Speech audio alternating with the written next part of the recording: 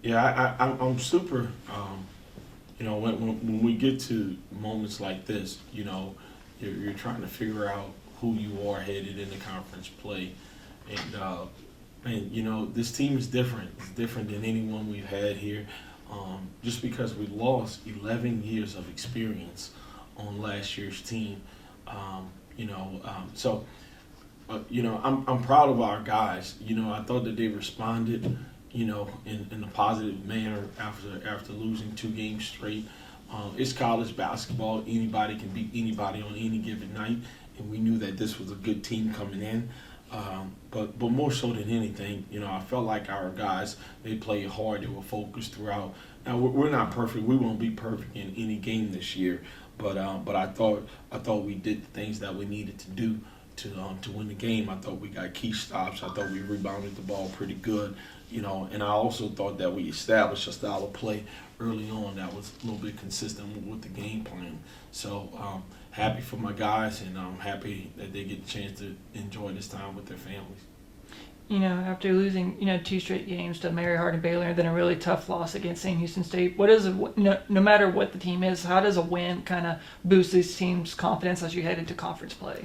100%. You said it. I thought that the Mary Hardin Baylor game. I thought we were better than that. And I thought that we could be 10 times better and still not win against Sam Houston. The response doesn't guarantee a victory. Okay, but what it does, it gives you a chance. I thought we gave ourselves a chance in that. Looking at the film, at times it can be frustrating because we felt like we didn't focus on some little things at some critical times. But a win, they're hard to come by. Obviously, so I think painful lessons, they're only painful if you lose. But when it comes down to it, you want to win or you want to learn. So you can win and learn. And I think there's some things tonight that we're going to be able to learn from. But it feels better learning after a win. After those 2 losses, what were some aspects of the game do you thought this team improved on that helped y'all win tonight? Yeah, I thought the guards played better from the standpoint of driving the bus, being able to be patient, being able to find the spots, how to get other people involved. I also thought that we when we're pretty good when we have 3 double-figure scores. So I thought we try to play to our strengths, and just wasn't randomly doing certain things. And I know it's hard to tell, but I thought we did a pretty decent job guarding the ball tonight for the first, I would say, 30 minutes of the game. I thought the last 10, I thought we put ourselves in rotations, allowing downhill drives, which ultimately gave them a little bit of light at the three-point line. So, but what the last 2 games, I've been excited about our rebounding efforts. We had 10 offensive rebounds in this game. We also had 10 offensive rebounds against Sam Houston, and we out-rebounded one of the top rebounding teams in the country versus Sam Houston, and we carried that over into this game.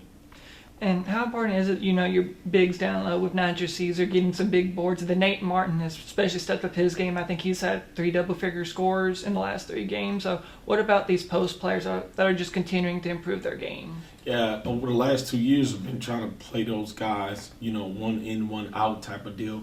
This year, with this type of team, we got to play a little bit more of a strong or a power forward center type of game. And I thought that if they're going to be on the floor together, it's going to be a little bit difficult for us to guard quicker guards on the defensive end.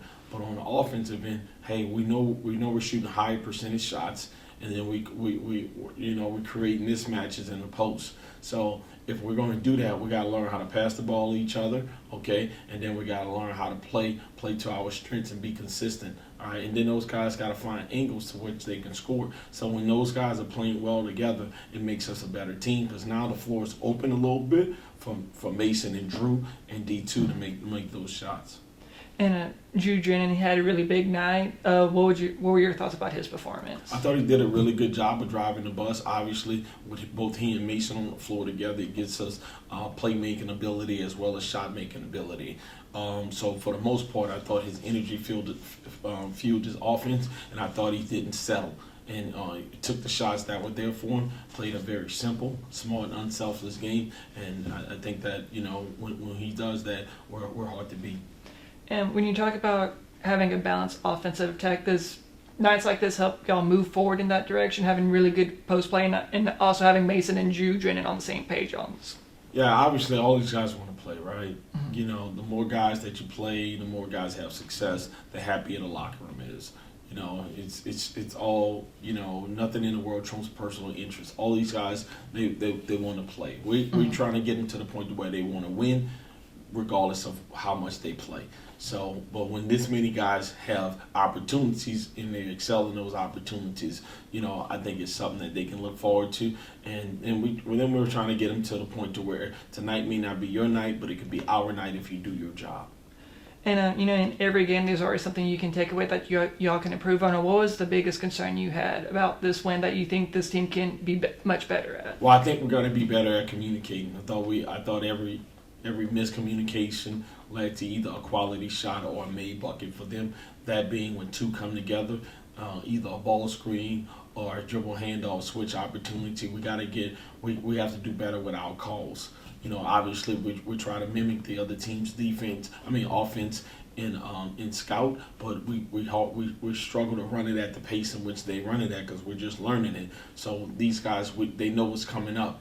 Now we don't know what's coming up, so it's calling for us to make those calls and be able to react to those calls on the spot. So if there's something that we certainly need to improve at, I would say that is communication first and foremost, and then I would say it's sustaining our level, our energy, because sometimes it drops. So we got to sustain that level of energy.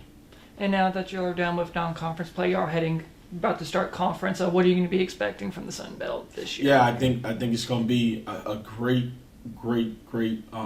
conference season. You know, I think you got a lot of parity.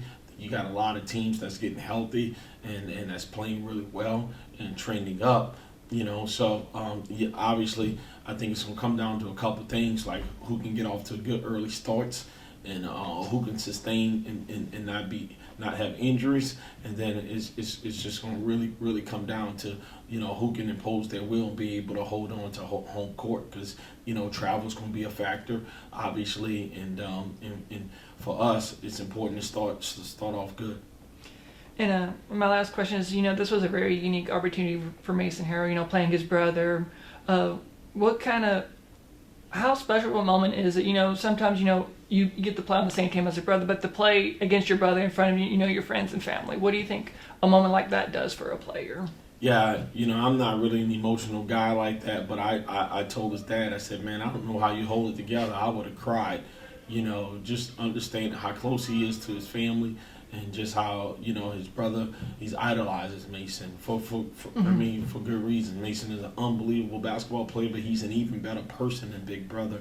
So we struggled trying to find games. We tried to schedule Oklahoma State in the last 2 years. Couldn't get the dates to match. Oklahoma had a coaching change so it was just, you know. So this year I was just like, man, if he comes back, let's just try to play his younger brother and bring Oklahoma here. You know, I said, and what better time than to do it during Christmas when the family can be together. So it was, Coach Benny did a great job of scheduling the game, and credit to them because they were supposed to be done on the 17th. They actually held their guys back just to play this game. So it was super important. I think it's something that both of them are going to remember for the rest of their lives. And that's what we got to remember about basketball. It's so much more to it than wins and losses, but we're only judged on one thing. And I get it. I've won enough games to where I'm not complaining when I lose a basketball game. But man, we're trying to raise young men. All right, we're trying to add some flavor to society, because it's so vanilla. To be honest with you, we live in a very selfish world. So sometimes you got to do things for other people, all right, regardless of the outcome. And we did this knowing that this was a really, really good team, but we did this for Mason. And I appreciate them doing it for Mason's little brother, you know, because they could have been at home. So this was special.